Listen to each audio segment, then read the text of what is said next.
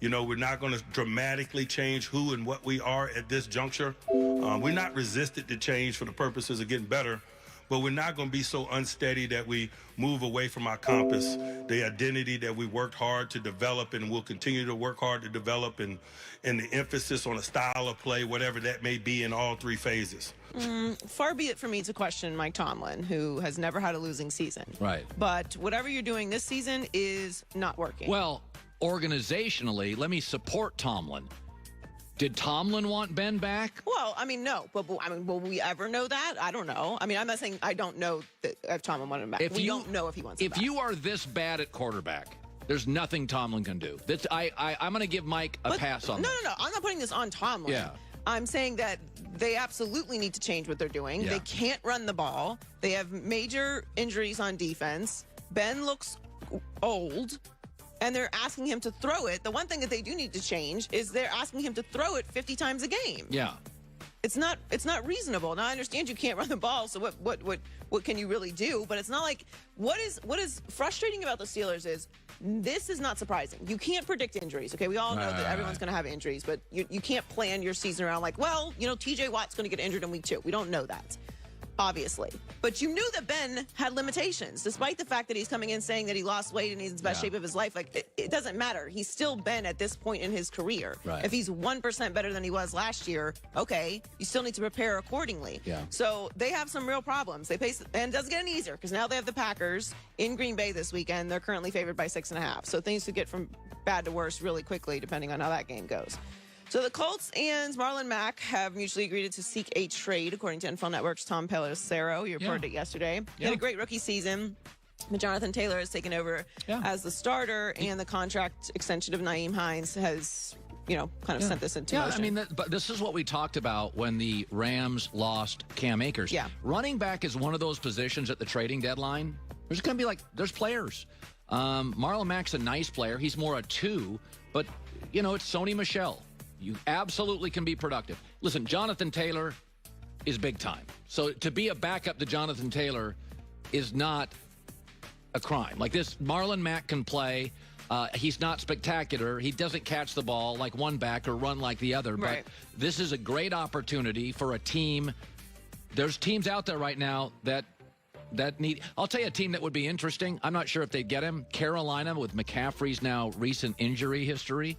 Or, by the way, a Pittsburgh, which has one back in Najee Harris. That we just talked about, who is have the worst rushing offense in the league right now. Now, the Colts haven't really been electric running the ball so far this year either. They're 19th in rushing yards per game and 13th in rushing average per game. So they're around the middle of the league as far as rushing goes, so they need to get that going as well. But, yeah, somebody will be able to pick him up, and he'll contribute. Good stuff, Joy, with the news. Well, that's the news. And thanks for stopping by. The Ringer had an interesting update on the Ben Simmons Sixers saga. So we know 6 weeks ago, Doc Rivers, Daryl Morey, Elton Brand flew to L.A. to try and convince Ben Simmons to return to training camp. Mm-hmm.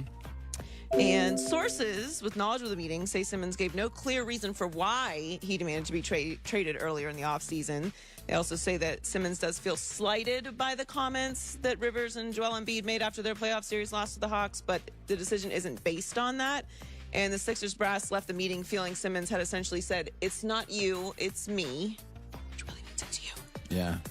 Well, league sources say the primary motivation for the aggressive holdout is to steer him to a team built around him on offense, which would make sense. We all know that this doesn't fit because no matter what the roster is in Philadelphia, he's always going to be number 2 to Embiid if Embiid is healthy.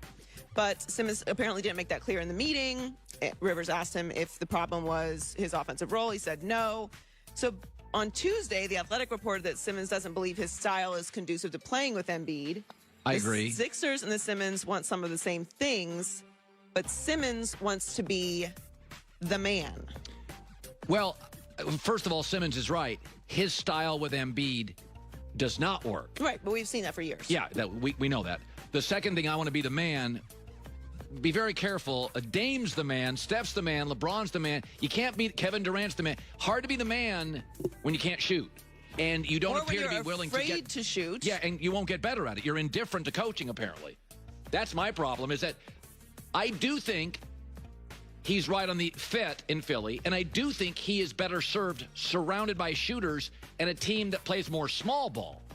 But the idea that I want to be the man, I'd get over yourself, because in the end, in a scoring league now where like 118 to 115 is a Tuesday night, you're not offensively brilliant. Well, apparently it's more about being in like a Giannis type of role. But we've never questioned that a team that Giannis has been on isn't Giannis's. Giannis is very clearly Do you feel that Simmons, I mean, there's a lot to say about personality. Do you feel like Ben Simmons is an alpha that a franchise... No. I don't either. That's my thing. No, and we have enough evidence of what Ben Simmons is. You would have to completely reconstruct your entire roster around Ben Simmons in order for him to be that player. Let's just forget game, just personality. Dame, his personality is that of a 1. Giannis, personality of a 1. LeBron, Kevin Durant, Steph Curry. A lot of this is, do they have the personality? Get me the ball. I'm scoring. Ben's personality feels like a 2 to a 3 to me. He's in the first year of his brand new deal, and he's asking to be traded. I mean, the season is starting when this is happening. So, no, absolutely not. Like, you would have to completely reconstruct your roster in order to make this situation work. And for him, and listen, I think there's plenty of blame to go on both sides here. Like, we all saw this coming. This is not surprising that the situation has happened the way that it has. So while I'm generally on the player's side, and I am on Ben Simmons' side to some degree, I think there's more blame to go around. Morey also compared the Simmons situation to that of Aaron Rodgers, who obviously had a lot of drama but ended up staying for one more season. Well, but Aaron Rodgers is wildly productive and has a history of winning at the highest level. Correct. Yeah, Ben doesn't. I can say what I want about Aaron, but Aaron shows up on Sunday and is almost always offensively brilliant. Ben was terrified to shoot. He's one of 3 people on earth that can do what he does. I'm not sure if anybody could have done Sunday. He has a championship and MVPs to prove it. Like, this is a different tier. Everything is not linear here. So the Steelers are now 1-2, having lost to the Bengals at Heinz Field for the first time since 2015 on Sunday. And Mike Tomlin said his team is going